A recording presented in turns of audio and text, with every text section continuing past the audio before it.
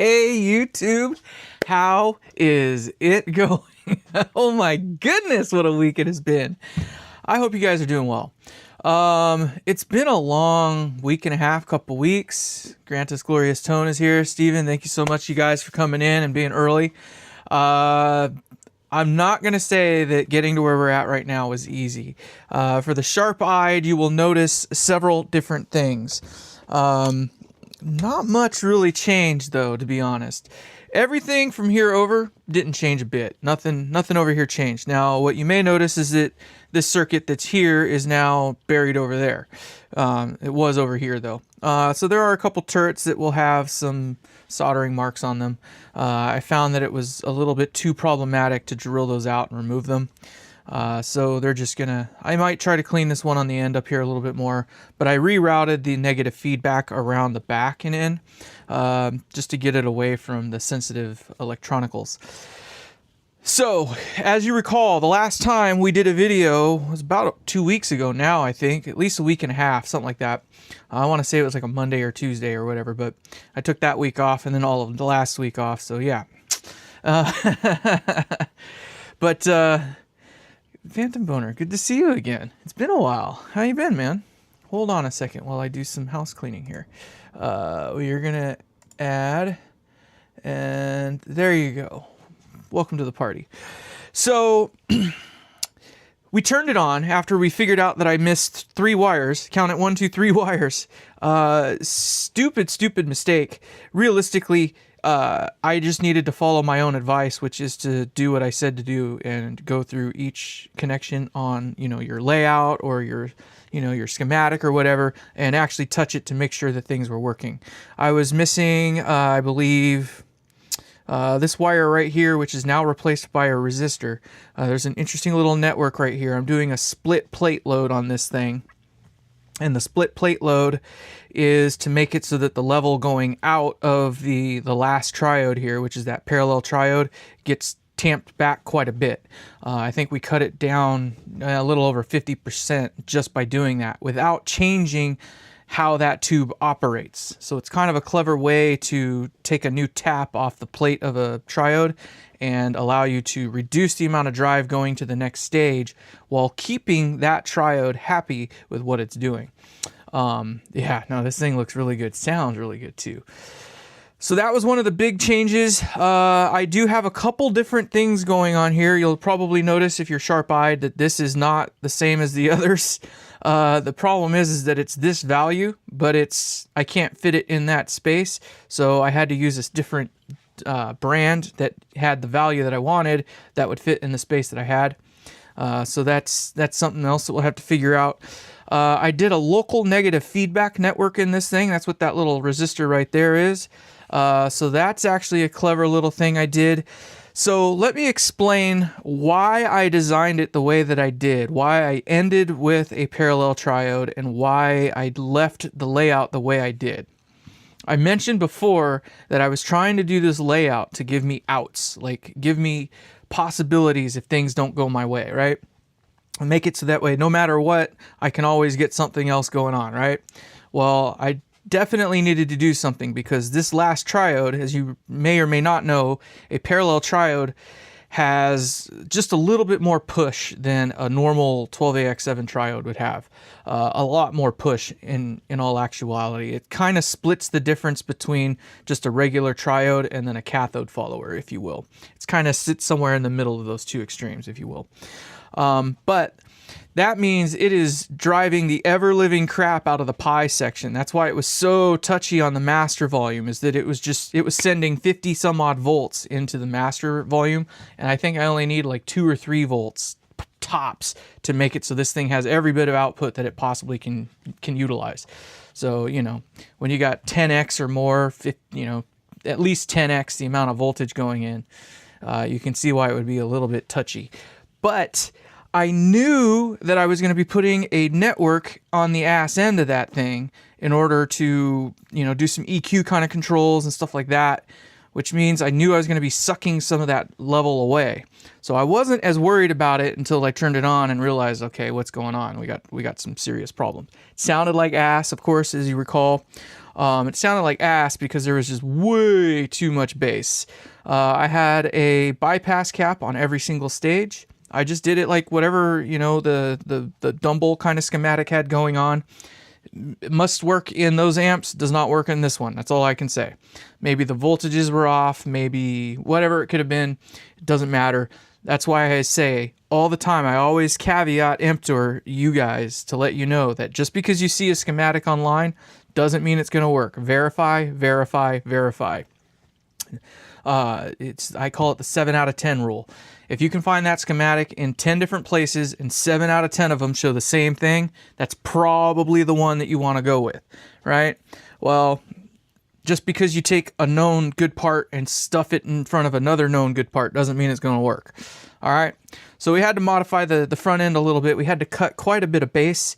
I still did end up going with some bypass on just about every stage with the exception of one of the stages. I did end up going with a cold clipper in this thing. I wanted to get some kind of asymmetric thing kind of going on, which kind of helps it get a little bit more of a Marshall-esque kind of vibe going for it. It helps smooth it out a little bit too. It's kind of a nifty little way of dealing with that. But anyway, getting back to the parallel trio that I was talking about, it's got a lot of drive. So I needed to kill a lot of voltage. That's what this other network right there is another attenuation network. I am going, as you may notice here, that we got like a little network going on here. That is the mid control. I am calling it a mid cut because that is literally what it is. When it's turned all the way up, it's all the beans. When you crank it down, it does suck out the volume. All right. It is a resistive network.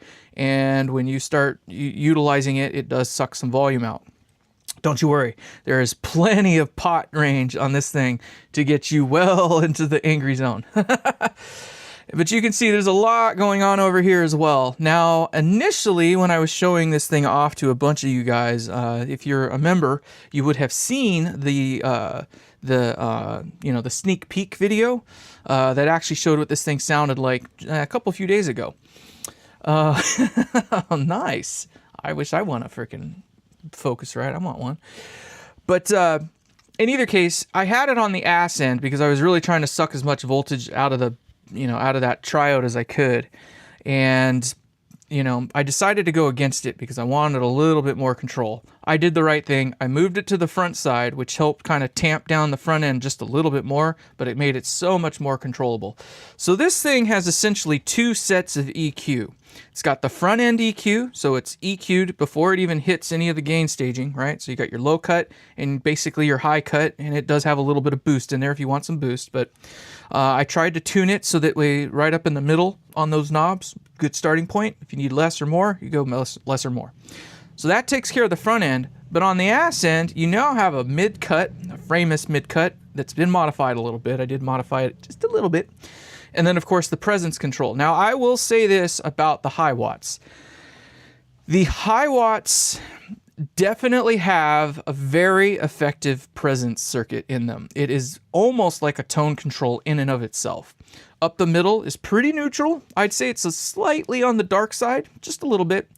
But it will get you brighter. It's kind of like a mid...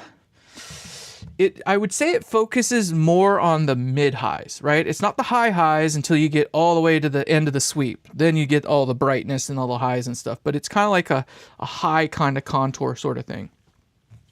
Whereas the mid cut is tuned right around 1 kilohertz. So when you dive it out, it scoops a pretty large section of the curve out of the amp, if you will. It does suck a little bit of the lows out, and it also takes some of the highs with it.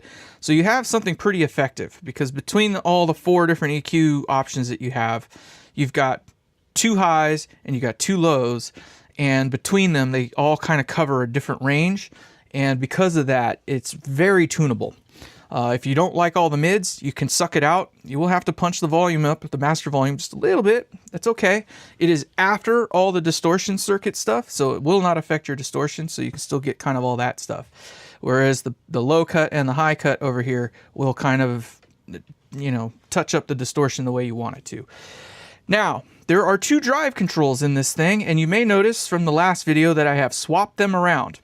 Initially, I was hoping to make it where I could use the one to drive the remainder of the amp and the other one to help kind of tamp everything down. Well, it turns out it was just better to treat the last stage there as if it were an actual like phase inverter, which was kind of like my goal to begin with, was to have more or less a basic, you know, high-ish gain front end. Hey, how's it going there, Mullet? Good to see you. Thanks for coming on in. Right, so that, and then it goes into a final stage, which is just kind of like a normal stage. It's not really meant to be anything other than just another driver stage, if you will. I'm kind of more or less treating it as if it's a phase inverter. I'm using my quotation fingers because it's not what it is, obviously. So it's kind of treating it like one. So you can use it kind of like a master volume or a pre-master volume, if you will. Although I would dare say that you're probably going to want at least some amount of it in order to let the, you know, this other stage, you know, do what it does. The front end does have a little bit of grit to it, but not enough to take you all the way there. As you can see, I got the gain pretty much all the way up. Actually, I think it is all the way up. Yeah. So the pre section is all the way up, but then you'll notice that the other section, I think it's like right around 3 o'clock, right? But there's a lot of range between there. This thing goes from clean all the way to mean. Let me tell you, it does a beautiful clean. But getting back again to this phase inverter tube, if you want to call it that, the parallel triode, this last one in here, that so triodes do not bode well with a heavy load. Okay, so a normal plate driven stage, when you run a tone stack or heavy attenuation after it, it can affect it. It can draw it down. It will make it act funny. It'll do all kinds of weird stuff. And it was just one of those things where I wanted to give this thing the best opportunity, this triode here, to drive into a very, very aggressive attenuation network. Between the Framus mid-cut and my attenuation network, we're basically cutting out like 90% of the volume. All right, so if we're going from 50 volts, we got it tamped down to, I think, just around 10 volts when all the beans are up, right? When it's full get-go, it's about 10 volts. So we tamped off quite a bit, right? Just not quite 90%, but right in that range, right? So the nice thing about using a local negative feedback circuit, which most of you probably don't really know much about it, but it does two things. One is it kind of acts like a linearization circuit, right? It tries to make, it's like feedback in and of itself. It's trying to tamp down the level to make it so it's more flat, if you will. It kind of takes the peaks and tamps them down, and that helps you fill in the pockets that might be there. So it does good with that, and it also lowers the effective output impedance of the circuit, which means that this is then more able to drive these higher impedance loads, right? Or these lower impedance loads, I should say.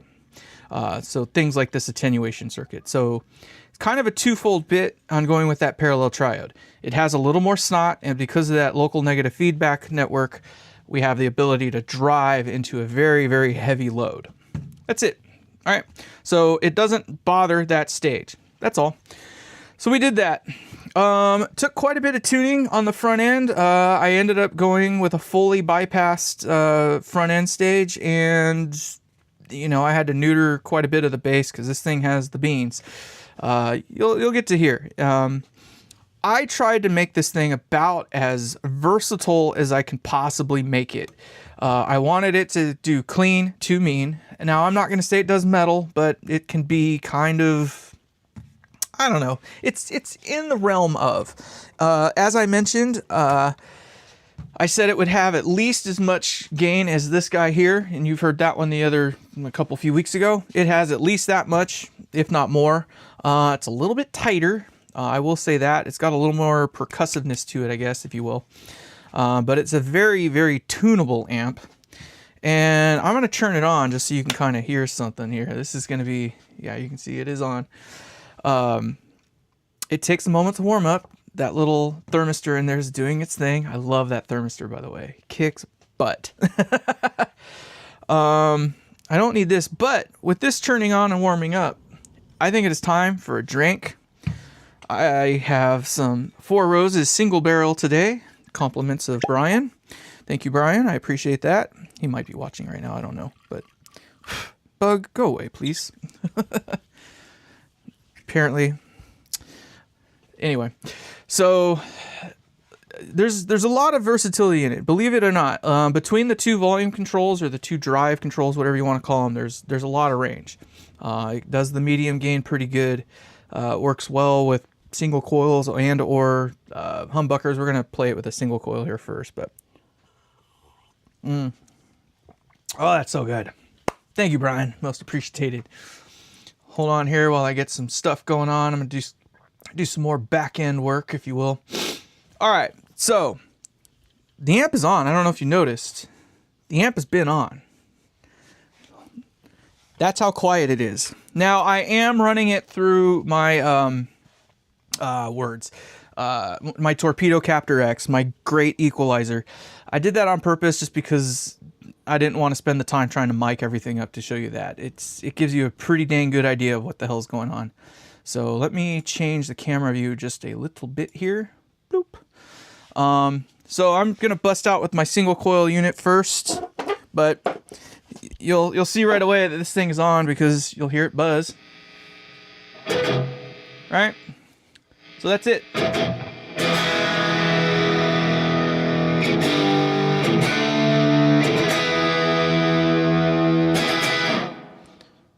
And no buzz, because so all that buzz comes from the guitar itself. There is enough gain going on there that if I get close enough to the thing, it'll actually start chirping at me. But so I'm gonna stay back just a little bit, but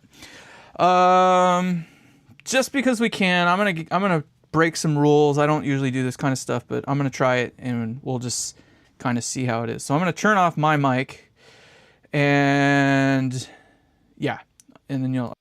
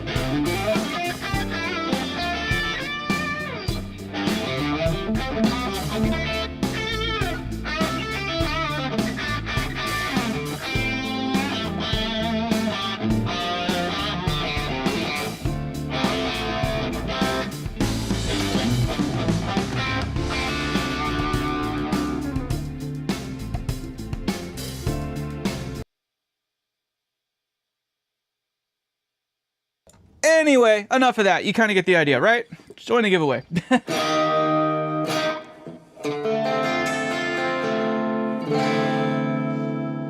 Alright, so I haven't changed anything other than the level of the guitar.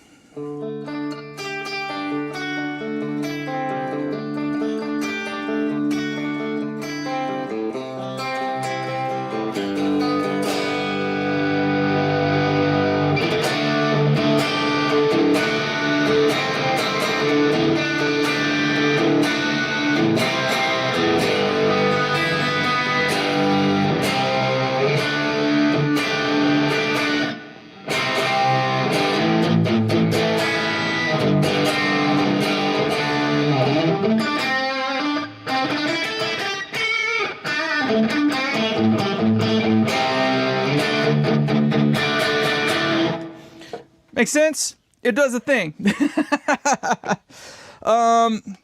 So let's play with some of the settings just a little bit. What I'm going to do is just kind of start from the clean end and work our way back, right?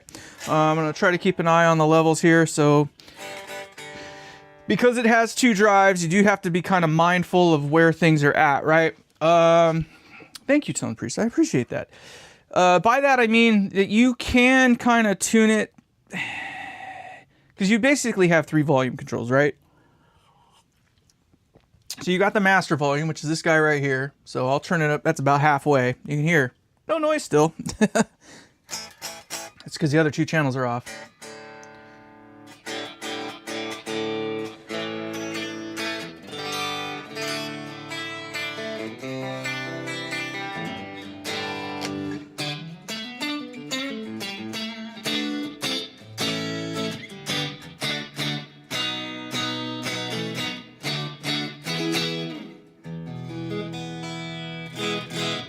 All right, it sounds thin, sounds bright, but it's got a bypass on both volumes, so if you want to warm it up, you can. So easily enough.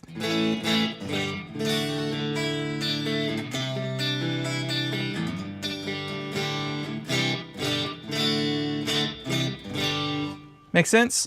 So that warms it up, or you can go the other way. You stay down to that one, you can warm it up on the other side. Most of the gain's on the front end, so it will be louder when you turn up the first one.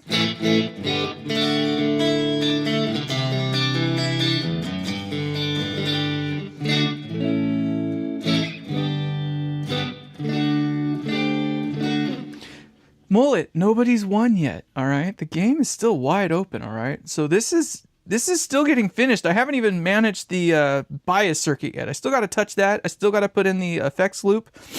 I still got to make the cabinet for it, the whole 9. It has not been given away yet. The game is still wide open, but this is the part that everybody wants because this is the thing that makes you want to have it, right? All right, so obviously you kind of hear it. You can warm it up 2 different ways. You got 2 different ways that you can gain the amp up, so let's kind of try to expose that. I'm going to turn the master volume down. I'm going to gain the 2. I'm going to gain drive 2 up, and then we'll push it with drive 1. Let's see if we can get something out of that here.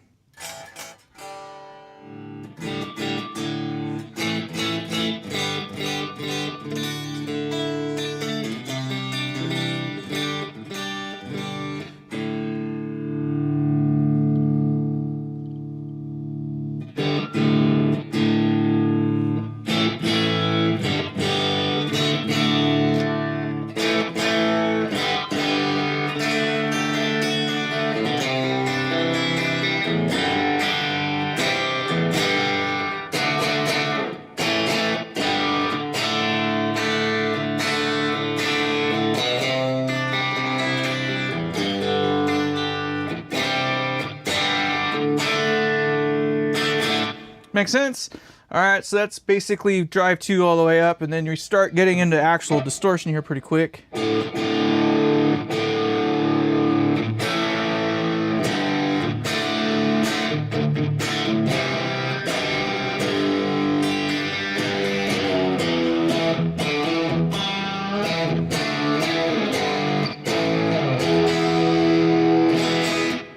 And let's go a little further.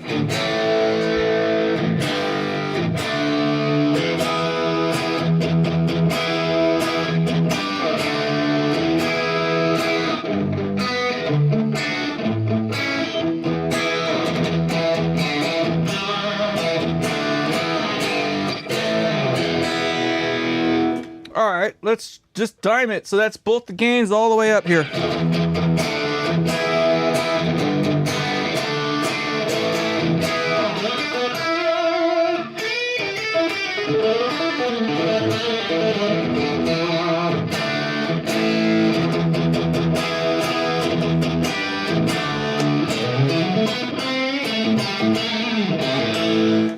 Bright, right? Well, if you want to dumb it down, you can. That was turned up pretty bright, actually. You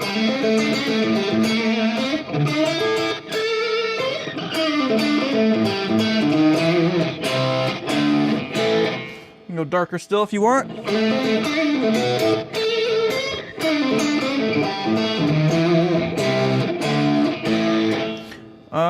you can tune it, you can tame it a little bit by turning drive 2 down.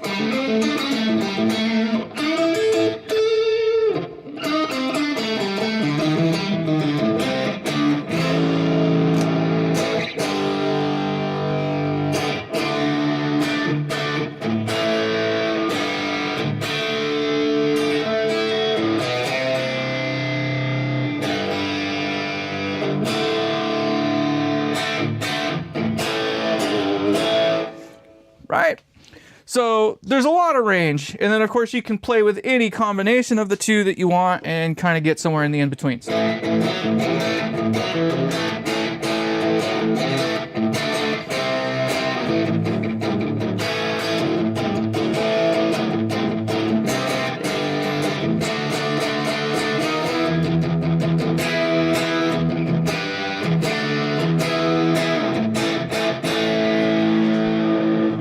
Right, and medium gain if you want to go that way.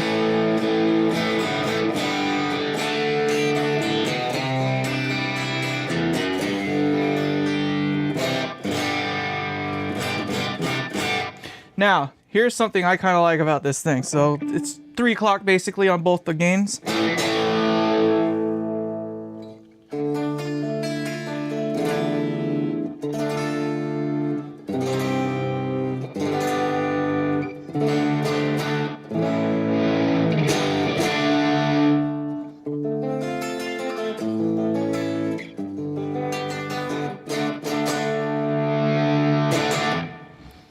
I think it does a little bit better with that when you have it gained up the other way.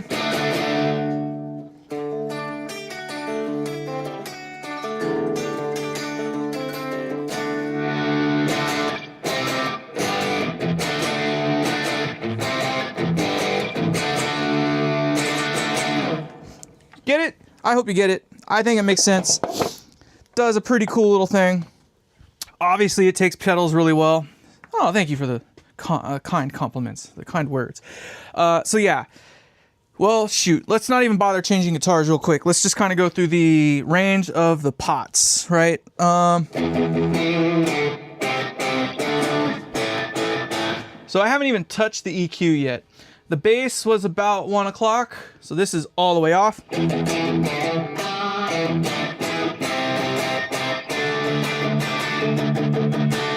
It's never too thin.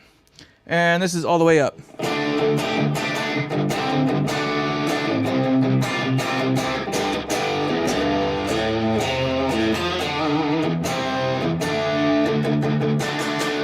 little warmer, a little fuzzier. It does add a little bit of drive, but I like it somewhere around the middle.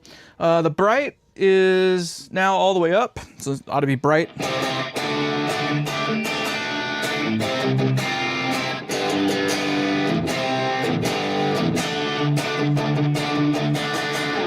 Now this one is a full cut, so it does get dark. This is right up the middle at noon.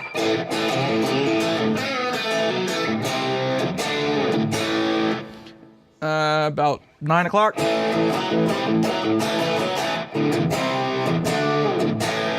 And all the way down.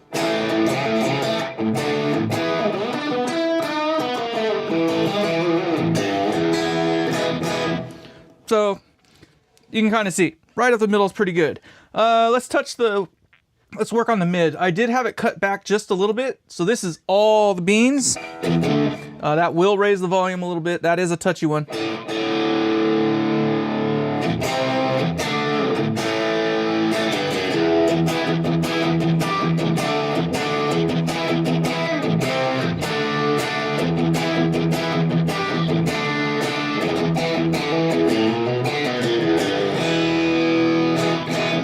So you may notice it brought a little bit of the upper mids with it and also the lows. So if you cut it back just a little bit, I wouldn't go this far with it. This one's one of those pots that you're probably going to leave it within the first like 1/10 of a churn, to be honest. This is at about 3 o'clock and you'll hear it sucks a lot of the volume in the mids out.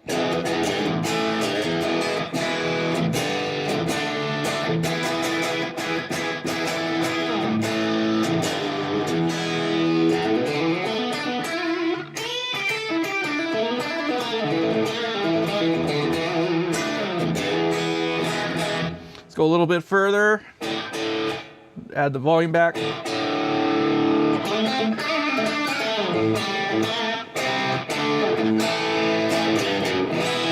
So you notice it took a little bit of the low end with it here. I'm sorry, I got a nose issue right now. If only I had another nose problem. Wait, I'm kidding. Sinuses are peeved right now. So you can kind of see it sucks a lot of the oomph out of it, right? But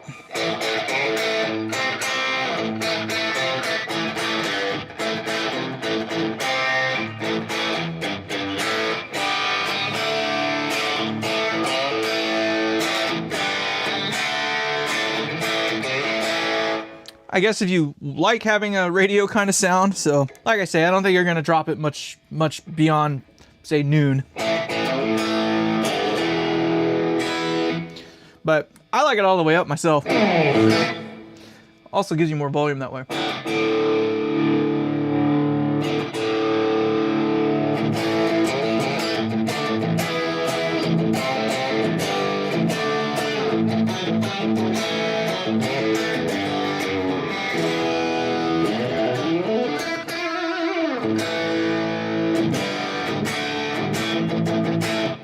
Alright, so that just leaves us now with the presence control, which right now is just on the south side of noon, about what, I guess that's 11 o'clock-ish. Here it is at noon, we'll start there because it's a pretty good spot for it, honestly.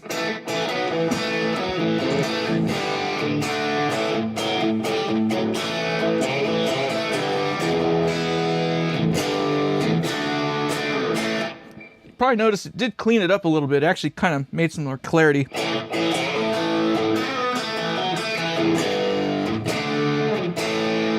And it just gets brighter from here. So right now we're at the 1, 2 o'clock position.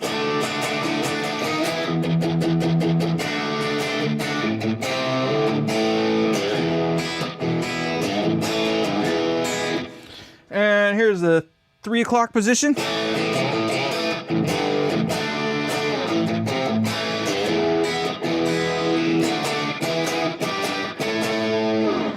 After about 3 o'clock, it starts getting pretty bright pretty quick.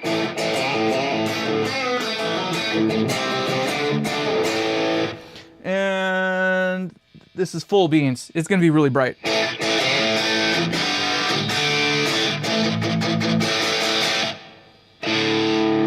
And you can kind of hear it. It has this spot where it's like kind of pretty bright and then it goes down pretty quick, or up pretty quick.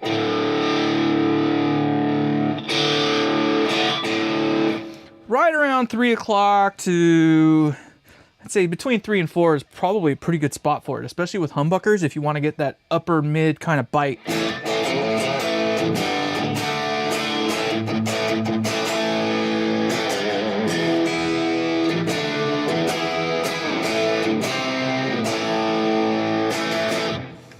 Right? And of course, quiet, dead quiet. Dead freaking quiet. Let's get the mean monster out here. This guy's got some balls. Oh my goodness, the amount of work it took to get there, boys and girls. I'm not gonna lie.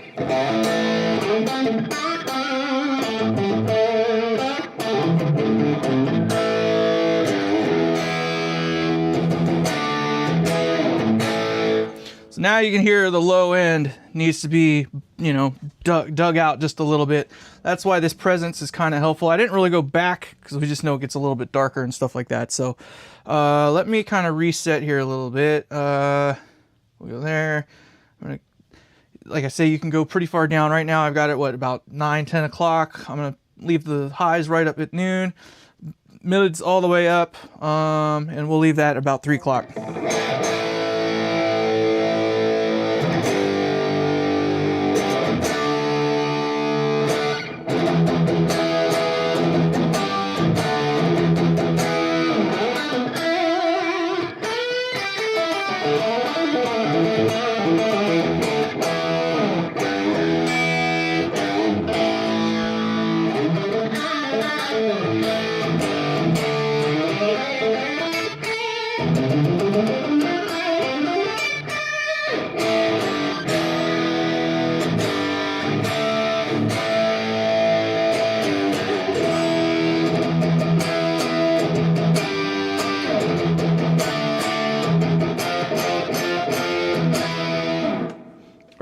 that's pretty much all the beans. Let's give it all the beans. This is everything she's got.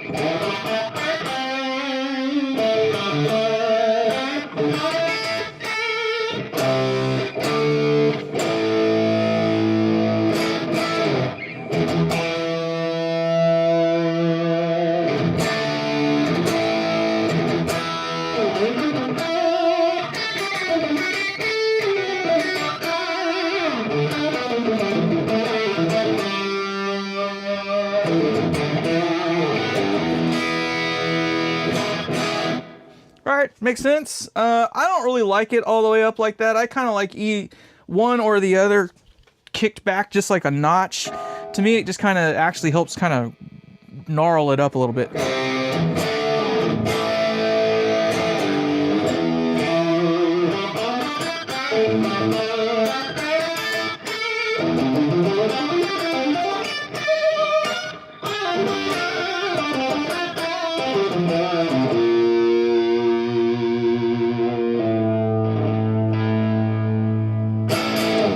I don't have enough room volume to get it to sail into to feedback. I can tell you right now, if that were actually being played through a real speaker right now, it would definitely do the infinite sustain thing.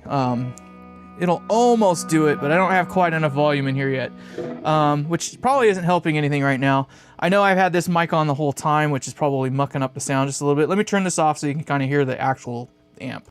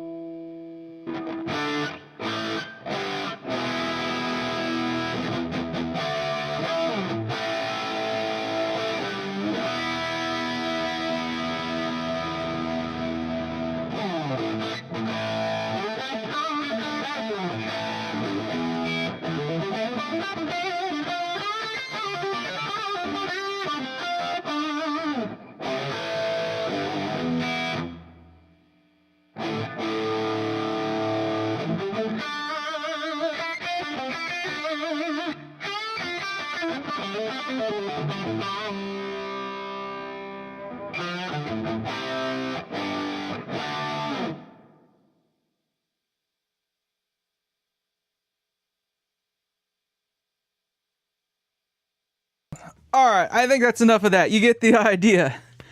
You don't deserve this. I don't know, like, it has a lot of range. Like, obviously, I got it cranked up, so it's got all the beans, kind of, but I cannot believe how quiet this thing is. Like, even in the room, through a speaker cab right now, dead freaking silent. And this is wide open. I don't even have the plate over this yet. So, I think we're in a good spot. All that work I did to try to make this thing hum free and all that jazz. So, oh my goodness. Oh, Andy, all these gain stages. How many gain stages do you think there really is?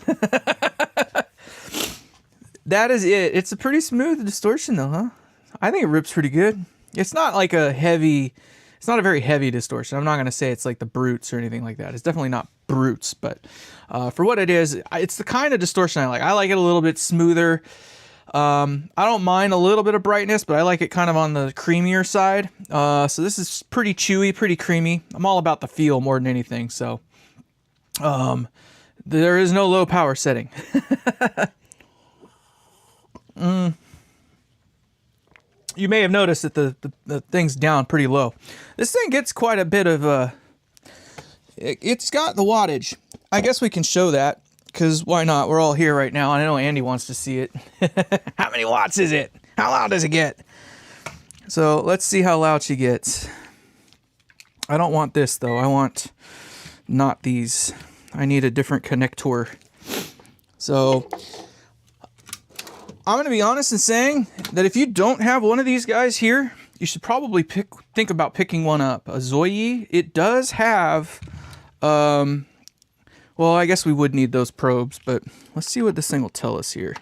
I think it will tell us everything. Let's find out. Let's just find out. I got to remember this amp is still on. Let's see what this will tell us. I don't know if it's going to give us anything useful or not right now. The other probes would actually help us with the voltage, but I need to be in a different mode.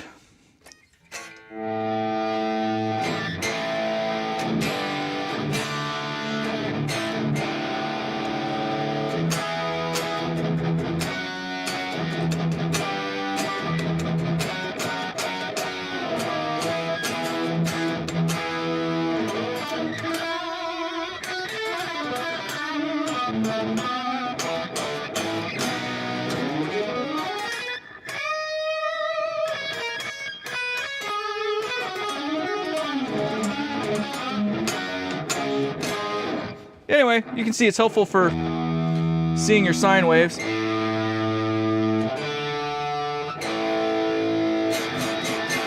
Alright, obviously we need the other probes after all.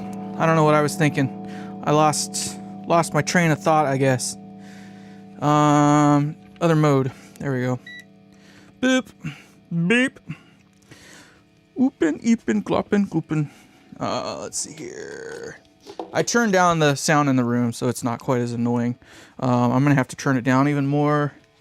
And I'm going to put it into low mode. You're not really going to hear it much anymore. Because I put it actually into high mode, I should say. Right now it's going into the resistive 30, well, I don't know if it'll be 34 volts, but it'll be up there. At least 33, I think is what it was. Should be about 33. And I believe we want AC, if I'm not mistaken.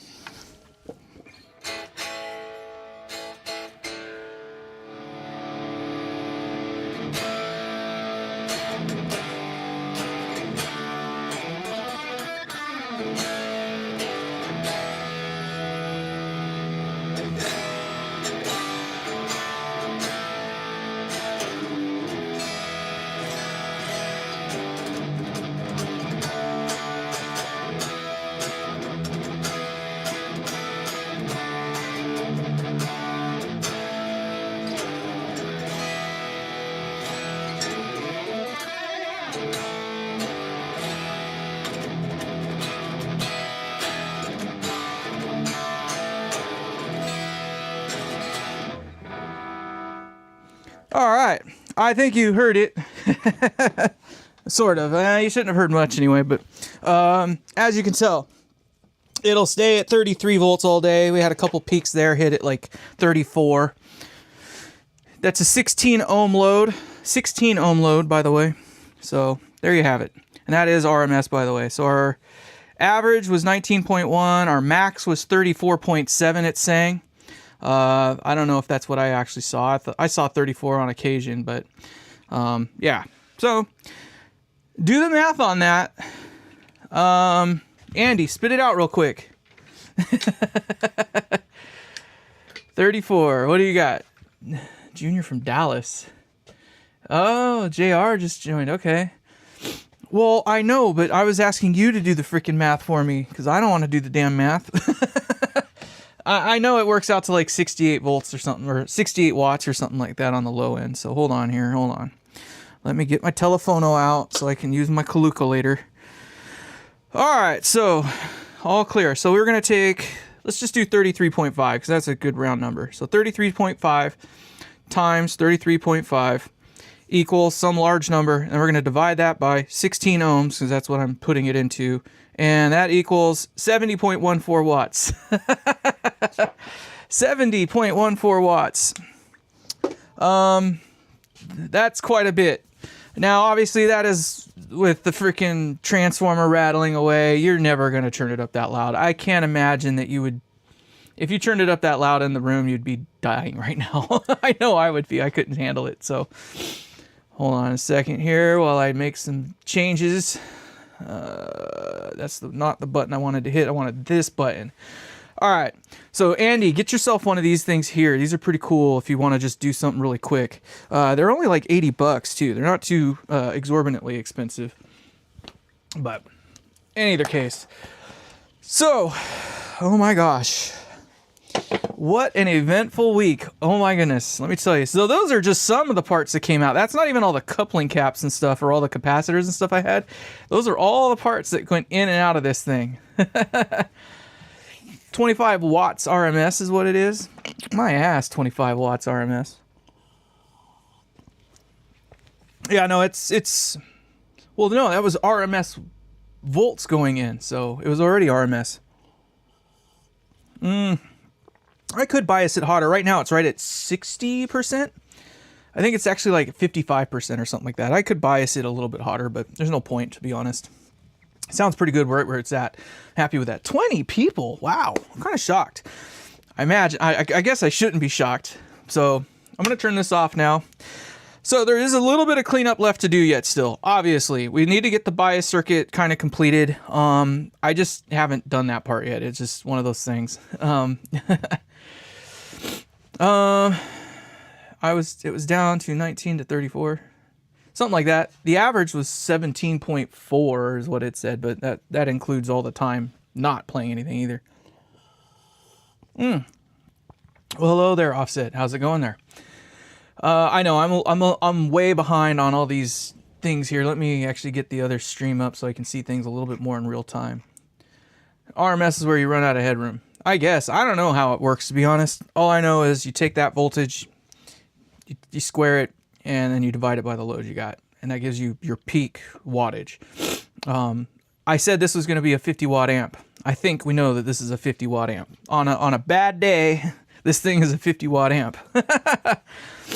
I can tell you this. I can't get it as loud as it was in the room or I would freaking die. I would want to not be in this space. So there, that's what we've got going on. We got to finish up the bias circuit yet, as I mentioned. It's clean, absolutely clean. The EQs are very effective. I'm happy with that. It's got a sound. I don't know if it's your sound, but it is a sound. I like it. I'm happy with it. So now I am going to stop the work on the amp head itself, and we are going to start to kind of do some more work on the cabinetry. I'm trying not to take this thing out of this cradle as much as I can because I do not want to knock that the shield that I have for the transformer. So I'm going to refrain from trying to show you what it looks like topside. I can tell you right now that I have not taken all the plastic and stuff off. That'll be the last thing I do before I stuff it in the box. I want to try to keep the plastic on there as long as I can. So yeah, we have a working unit. I still need to go through and touch up some things. I didn't go through and touch up like that guy right there. Like there's a few turrets here and there. I just got to give it some love. Just like a quick once over. I did at least get all the solder stuff out of here. There was all kinds of like solder shavings from sucking up all the solder with this guy here. It was a mess. I think you might actually, whoever wins this, I'm not going to give all the circuit details away, what all the values and stuff are. It's going to be kind of between me and the gentleman who wins, but I'm pretty sure that those 3 capacitors right there are the real deal hand wound ones. I got those several years ago, back when they were still hand rolling these things. These new ones here aren't the hand rolled ones anymore. They're just the machine wound, or machine rolled ones. So there is a difference, but those 3, at least there in the EQ circuit, are the real deals. So can we check out the head again? What do you mean check it out? You want to hear it again? Or do you want to see it? I'm not going to show it right now. I'm going to keep you guys on ice for that. I think I might have reached a peak. 24 of you guys. Wow, that's kind of impressive. That's a lot for me. But yeah, this thing is going to be a machine. Let me tell you what. So I still got to put in the effects loop. The effects loop has a ground sitting over here somewhere. I got to run that in, and then the hot is actually going to come off of the B+, so I got to get down in there and pull something off the B+ there for it.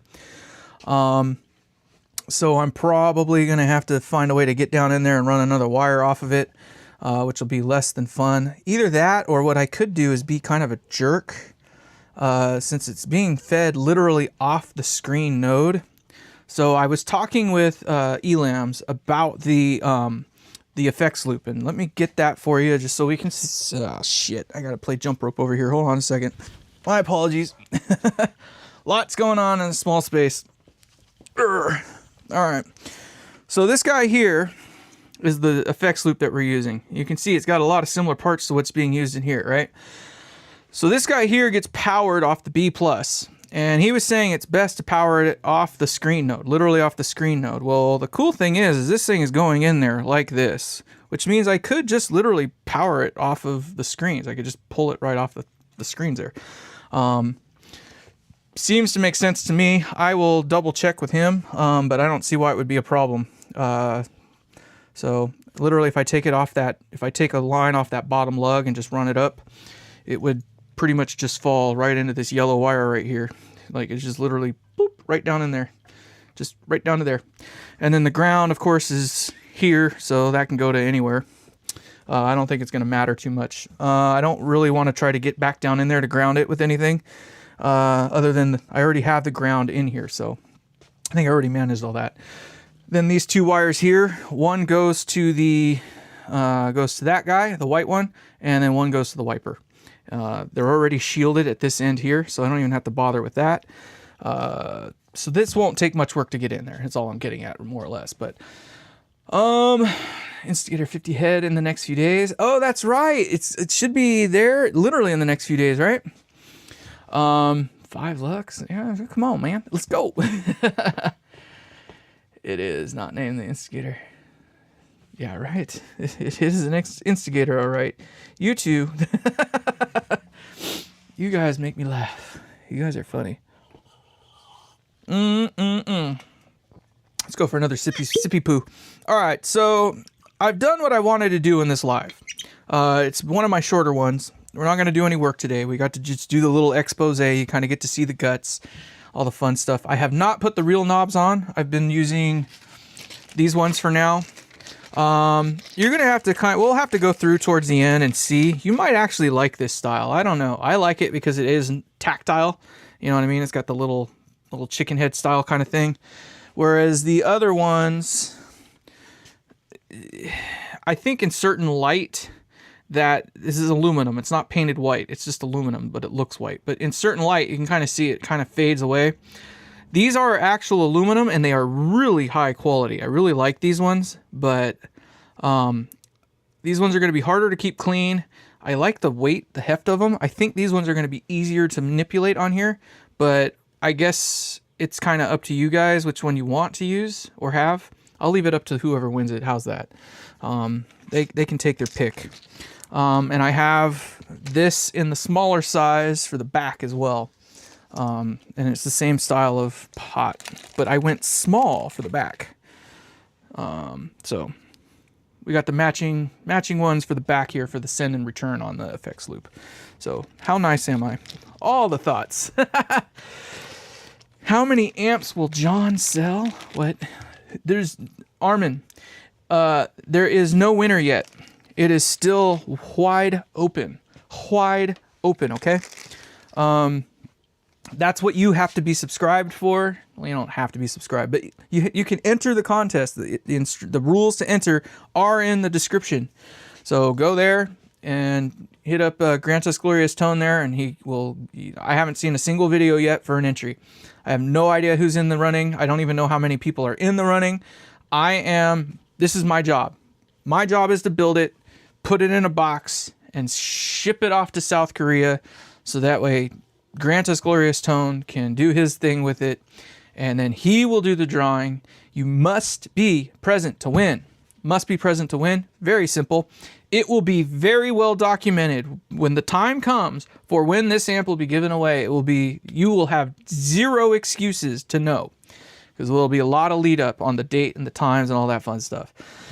All right, there's that. Now, second to that is that we still got a bit of time. I still have to make the cabinet. Now, the cabinet should go a little bit quicker than it has taken to get to this point here. I've already done the CNC work on it. So, like, literally the cabinet this is the bottom right here, right? So this is actually going to go like that. All right, so this is already CNC'd out. All I got to do is glue it and screw it, and the box is done. I will show those short little snippet videos of that later on. Thank you, Andy. I appreciate that. I will show the little snippets that I took of that process later on when I'm actually putting that box together. I have gotten a little bit faster at the Tolexing side of things, so that should be good. I have a more sustainable process now for the inside of the amp. So the inside of the amp, for those of you who don't know, I like using real wood to veneer the inside. It's a two-part thing. The first part of it is it looks beautiful, right? Walnut looks beautiful, and I love walnut, so there's that. And the next thing is it actually acts as kind of, see how this thing is sitting in this cradle right now? It is literally sitting on 2 1/4-inch slabs of walnut. The walnut sits inside of the amp, and when you turn the amp upside down, it just bloop, sits there, right? That's how it works. That's how it's meant to work, is to make it so it just plops in there, holds nice and tight, looks really clean and pretty. So you can turn it upside down. The entirety of the amplifier is basically encapsulated in one way or another with either wood and or metal.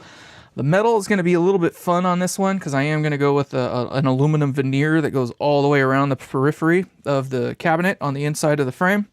And that's what tucks up against these things here and holds this all in place. So you can see kind of how this is warping a little bit. That's from the heat rising up from the tubes coming around, and it's causing this to, buckle. Well, it's going to have all the way around. This is the back side of the amp. This is where all the heat is. All the way around the periphery of this, there will be an 1/8-inch strip of aluminum holding that in place. So that is not going to be a buckling problem, not to mention the fact that the pots and stuff will be in there to hold it in place. So all that little stuff, a lot of this stuff has been planned out. 4D freaking chess with this turd, let me tell you. Let me tell you. This is essentially production ready at this point in time. Like, I mean, if I had to build it again tomorrow, I could do it just like this. I don't have to change anything at this point in time. So there'd probably be a couple things I would change just because it would make it easier to do the layout and all that fun stuff. But as far as things go, this thing is essentially ready. And I did it in one shot, more or less, in real time.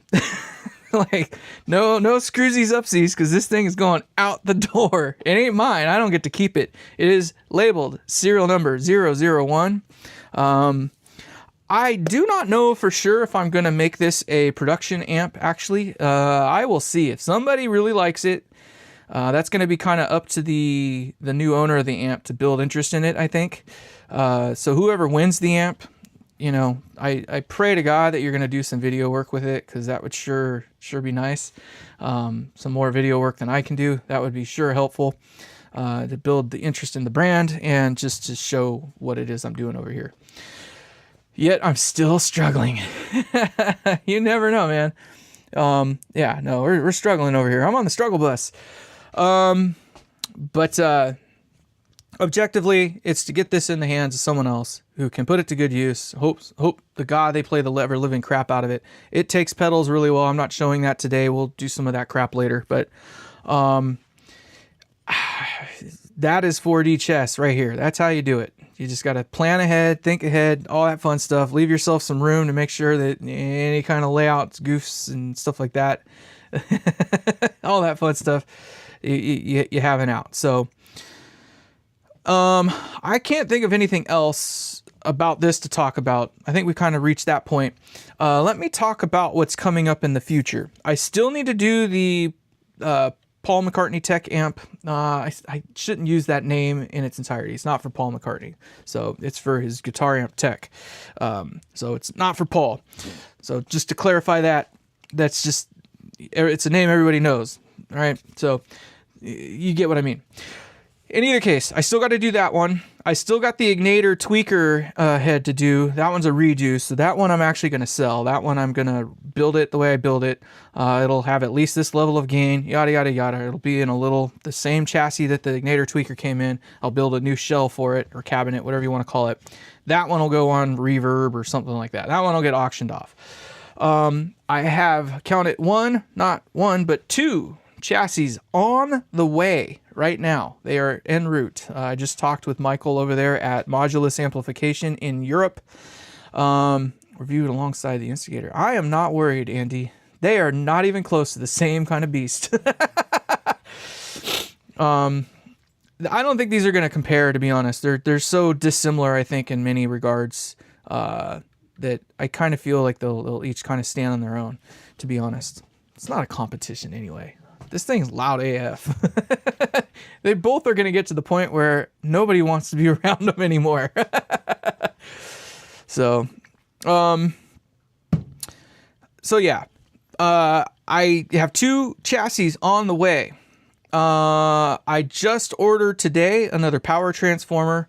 What I am going to have happen here in the near future is I will have a small, what I call my small box chassis, and a large box. This is my large box size here. It's my 17 by 8 by 2.5. I have a 17 by 2.5 by, I think it's 6.5. So it's just a couple inches shallower than this one, right? It's just smaller. It is a sex off. Do you like my body? Do you think I'm sexy? Come on, baby, let me know.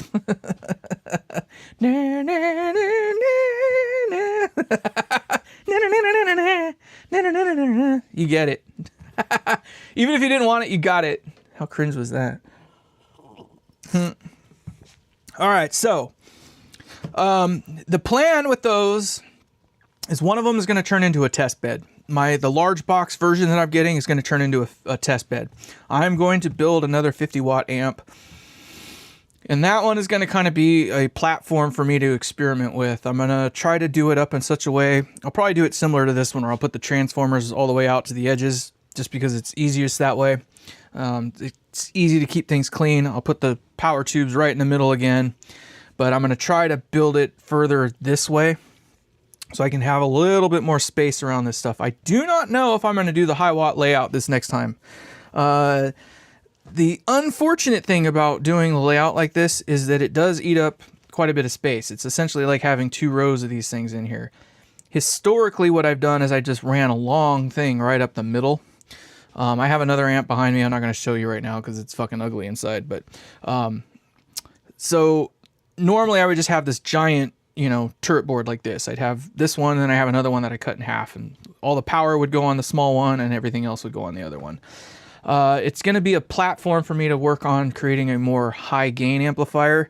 The only thing I don't really have is like the really like fluid solo lead style amp. These ones are rock machines. I'll be honest, this is a rock machine. It's not going to get you the freaking Steve Vai forever singing solo distortion kind of crap, right? It's not going to be that. It's not going to be your Joe Satriani kind of singing lead distortion thing. Thank you, Andy. I appreciate that. So I need to try to round out, I think, everything that I want to do. I need to have my version of the infinite sustain singing solo lead guitar amp. That's what I'm going to work on next. It'll probably be a channel switcher, because I want to do a true clean and the true like lead channel sort of thing. I like my cleans, so I'll probably do something that switches some sort of circuit between the first tube and the remainder of the amp. So it'll just be a test bed for that. Coming up. Andy is also working on sending me a high watt kit that I can put together as just a high watt. So that one, look for that in the future. There's no pressure on that, of course. So in his time, he will send that to me. So I can build that, and we'll make some content out of that, of course, and we'll just try to show you what is up with how the high watts are actually built, verbatim. That one we're not going to modify anything. That was the rule. Super treble. So the rule that Andy had for me is to send me that kit so I can build a high watt, but I have to build it exactly as high watt would. So that's what we're going to do with that one. So we'll walk through that. I still have my membership course, so obviously there will be things in there that kind of show some of the deeper stuff, some of the sneak peeks. I don't know what to do with the membership side of things yet. I wanted it to be kind of more of a thing where we do kind of more of the learning stuff, but then I kind of realized like it's a barrier to entry now, though, for people that kind of just want to know this stuff. So it'll probably turn into more of a sneak peek thing. Objectively, what I'm hoping you'll do is you'll quit the $5 or $6 version, or the one that I have, and move over to the $1 one that I got. I don't know what I was thinking when I did the $6 membership thing. It was just a thing that I had to come up with a number. I was like, $6. It has some relation to a song I wrote freaking 20, 30 years ago. And it was just like funny to me at the time. I'll put $6, right? Well, so the objective now is to get people to move to that one, because I just feel it's an easier way. And it's called Fuel the Fire. Objectively, the idea behind it is to try to offset some of the cost of doing this, because this is not cheap. Today, just alone, I spent $350 getting a transformer, some other parts here. So I've already got a couple other transformers sitting here ready to go, and the chassis that I have en route are about $100 each after shipping and stuff like that. So it's not exactly a cheap endeavor to do this, and I'm trying to keep the content rolling. The nice thing about that other amp that I was just talking about, the other 50 watt design, the test bed one, is that one, the hope was to try to quantify some of these thoughts to you about how, the cathode resistor, the way that I approach it is for feel. It has two different effects, but I like it for the feel first, and what it does, the other features that it has after the fact. And we'll talk about, we'll try to quantify that, as well as what that coupler or bypass cap does as well. Little things like that. We'll go through and try to show what using a 56K resistor on the parallel triode does versus using 100K. Why would you choose that when you're trying to go with a high gain amp? Stuff like that, right? We'll try to quantify all those little things. Coupling caps, what they do, how they act, why you got to use X type of, pot or attenuation circuit after it, and why you would choose these different values, etc., etc., etc., etc. All the, So we'll try to turn that into something that we can post there, but on the membership side, and yet still have a place where we can show the stuff to the real world. Because I know not everybody wants to give me their money, so. But the next giveaway amp, I haven't even started thinking about that one yet. I am probably going to refrain in the future from doing... I'm going to refrain from doing prototype builds for giveaways. I'll tell you that right now. If I'm going to do another freaking, giveaway, which will probably maybe be a thing where I just do it once or twice a year. We'll see how popular this series gets, but I'm going to try to shorten them up. Like, I think this one's already 16 or 17 videos now. It's going to be long in the tooth. By the time we're done, we'll be at least 20 videos deep.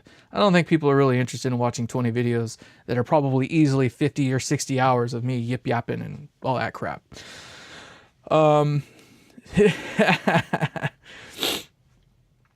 Glad you need to join, Furker, just because. You'd love this amp. I tell you right now, you'd actually kind of like it. I know it's not your level of gain and all that jazz, but it's a fun little toy. Takes pedals like a dream. I didn't show any of that. It does the pedal thing really well. So I'm going to refrain from doing, like I mentioned, a prototype on the next build. And the reason being is that this one was kind of everything went really well until it came time to turning it on. A little embarrassing, but at the same time, like, it's really, really difficult to guess what values you need for the bias circuit. I wouldn't fault anybody, like even the pros. Like, the only reason that they know to go with X value is they've done it 20 times. So they know, like, pretty much ballpark what that circuit's going to do every time, right? For me, I don't really do fixed bias a whole hell of a lot.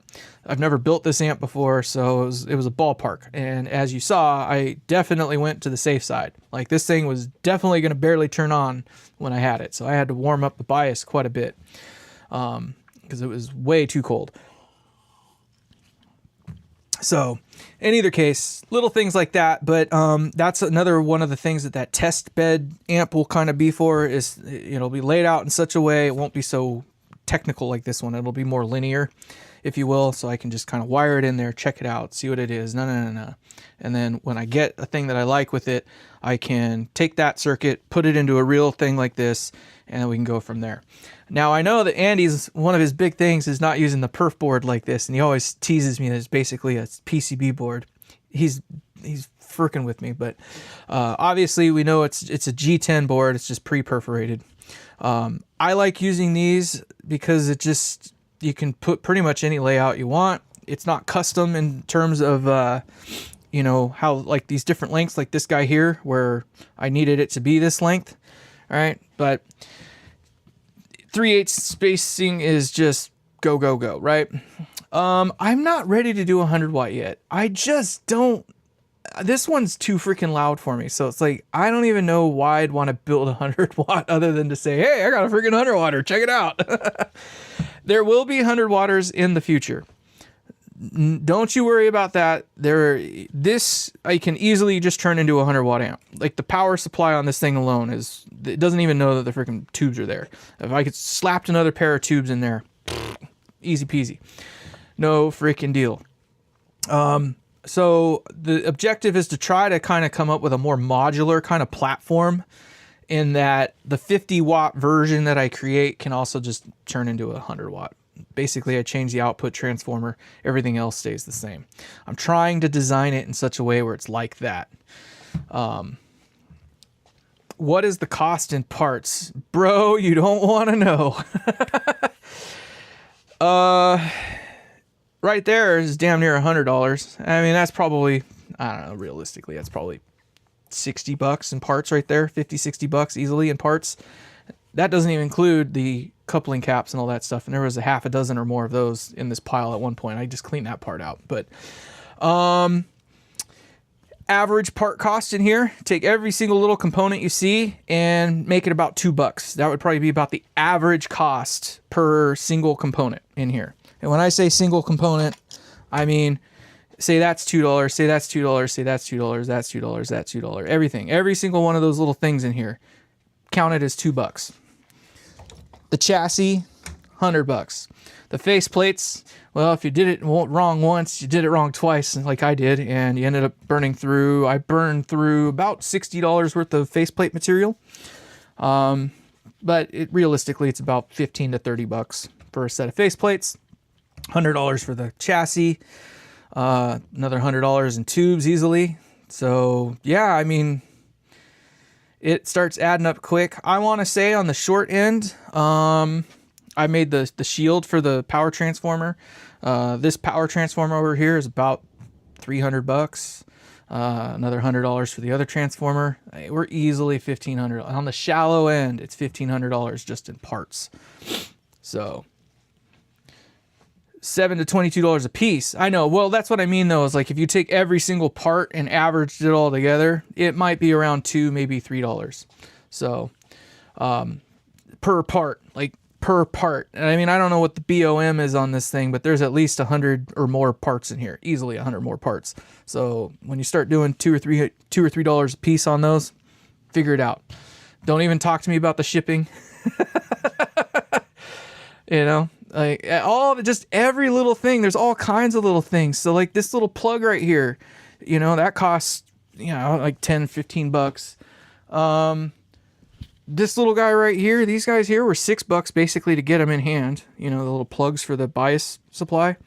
And like little things, it's like all the freaking little things. I use all stainless steel bolts and screws and stuff like that. It's hard to quantify the cost. Like I say, it's north of $1,500, easily north of $1,500. We haven't even gotten into the wood and the Tolex yet. The leather corners. All right. I want to say it's about $90 for a set of corners and a handle. Right about $90. It's about $45 for the corners and $45 for the handle. The Tolex, I mean, you got to buy it by the yard. It's about $40 a yard after shipping and all that fun stuff. So you don't need 1 yard, you need at least 2. And if you're going to use 2, you might as well get 3 or 4 yards. So, you know, another couple $100 in Tolex.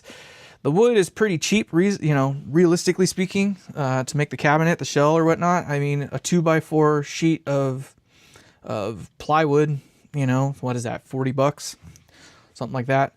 So yeah, you don't want to know.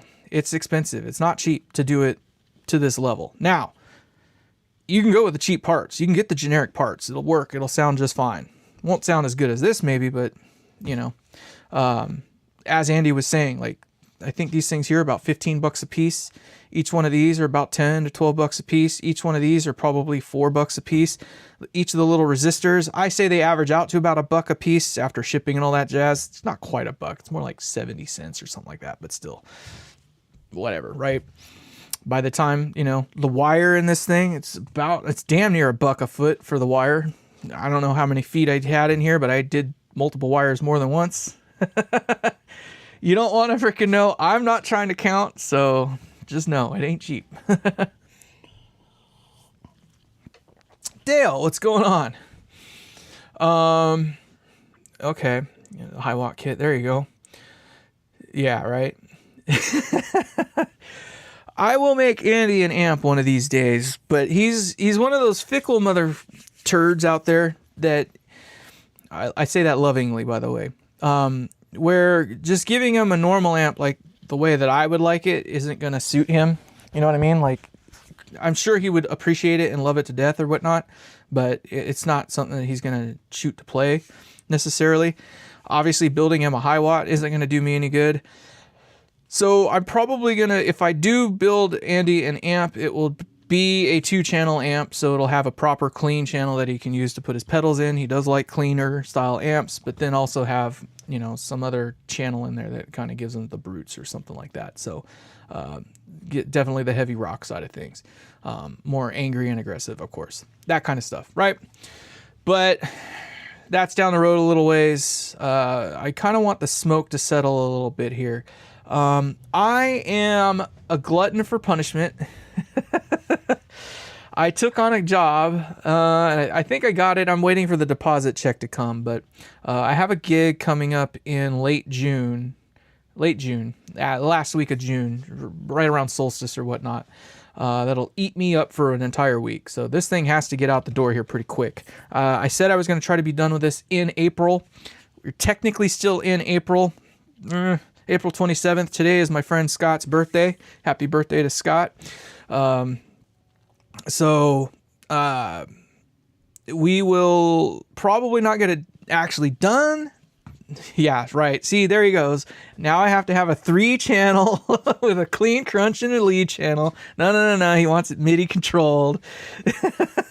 He wants it to make him breakfast and a sandwich every day. It's got to have a freaking a fleshlight built into it. Just in case. You need something that doesn't talk back. I love you, Amber. I'm just teasing, of course. And on that note, let's top this one off.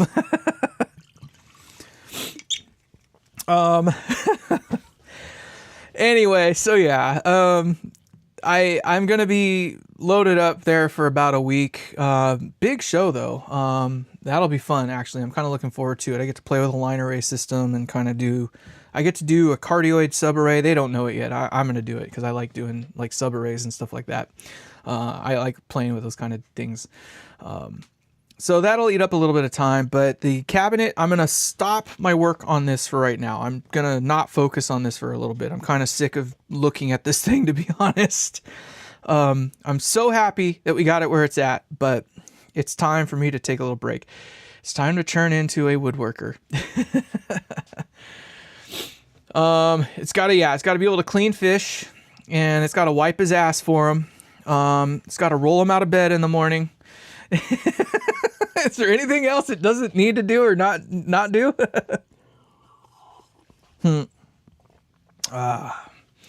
So yeah, lots going on. I am starting to make a little bit of money from the what do you want to call it? Yeah, you can join. You can still join. Oh, can I jam the amp again? Fuck, I suppose so. I feel like it's the last thing anybody wants to listen to is me fucking around on the darn thing. But I will play it, because why the hell not? Might as well give you a good send-off. I'll turn off the mic so you don't have to listen to my freaking sorry voice either. Let me get a thing going here.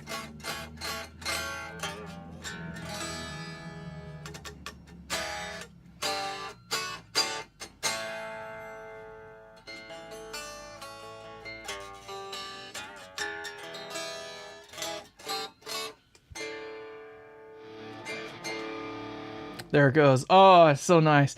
That's the thermistor. It took the thermistor that long to warm up. I love it. Hold on, I'm gonna do something here.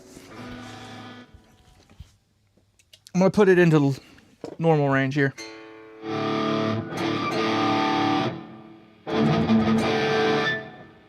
And I'm gonna try to get it a little more raspy for Andy's sake.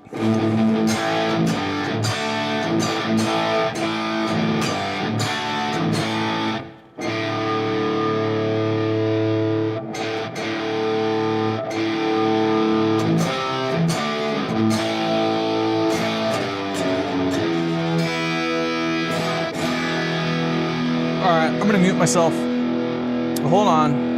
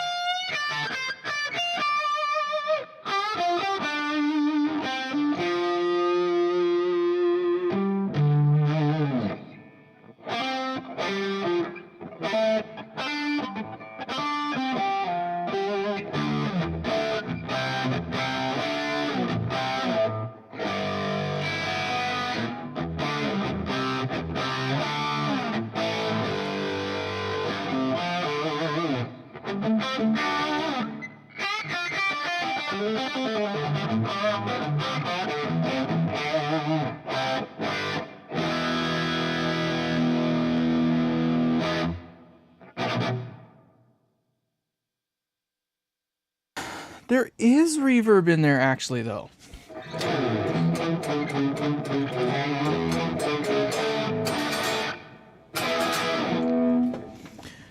Oh yeah, no worries, dude. I'm not a player like that. Like I don't know songs.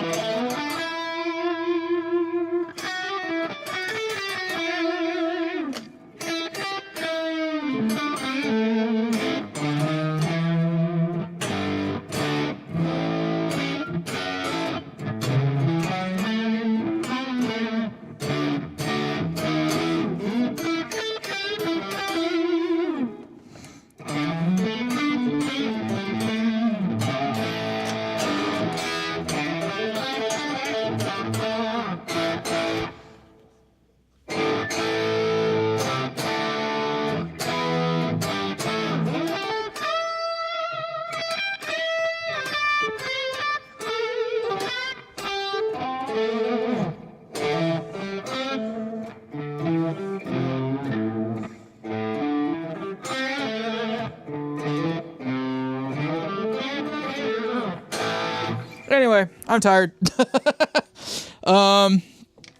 You get it. It makes a noise. As you can tell, I kind of like that buxom. I like that buxom kind of thing. A la, you know, Joe Bonamassa kind of thing.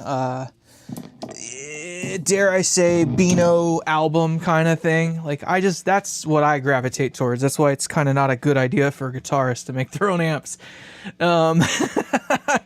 Because you tend to make things always kind of sound the way you want. I can't thank you guys enough for all your just support and everything like that. So thank you, of course, everywhere, just all the way across. So I appreciate the kind words. So I think with that, we're going to call it good. We left kind of on a good note. Maybe what I'll do is I'll actually practice a song and actually do a song with this thing here in the coming weeks. More produced or something like that. Just more real work. I do want to actually try to mic this thing with a real mic, kind of more like I did with the last giveaway amp. That, if you go back to the my shorts, if you go into my channel and go to the shorts, all of those clips that you hear in there, where it's all dark and, you can just kind of make out like it looked like it had some sort of a filter on it, like those things.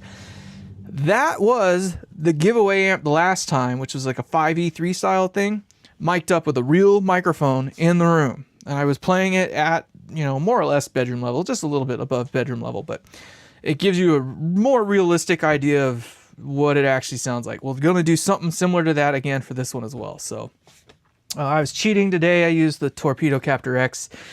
It's a preset that is stock out of the box. I didn't change anything to it. There's no like doubling, all that stuff. There's a little bit of reverb in there, but I didn't change anything up enough to try to fool anybody. It's just what comes in the box, right? No custom anything.